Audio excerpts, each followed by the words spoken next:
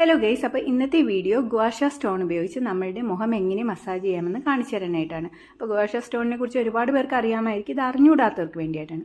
അപ്പോൾ ആദ്യം ഈ സ്റ്റോൺ ഉപയോഗിച്ച് മസാജ് ചെയ്യുന്നതിന് മുമ്പ് നമ്മളുടെ മുഖം നല്ലപോലെ ഓയിലി ആയിരിക്കണം കേട്ടോ. നമ്മൾ ക്രീം ഉപയോഗിക്കുന്നതിനേക്കാളും നല്ലത് ഇതിന് മസാജ് ചെയ്യുമ്പോഴത്തേക്കും ഓയിലാണ് ബെസ്റ്റ്.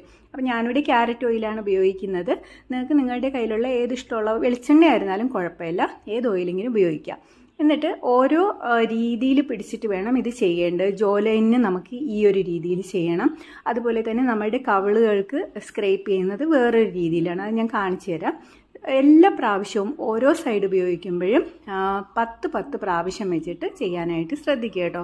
അതുപോലെ തന്നെ നമ്മുടെ നെറ്റിയിലും ഈ ഒരു ഫ്ലാറ്റ് ആയിട്ടുള്ള ഭാഗം ഉപയോഗിച്ചിട്ട് സ്ക്രേപ്പ് ചെയ്യുക.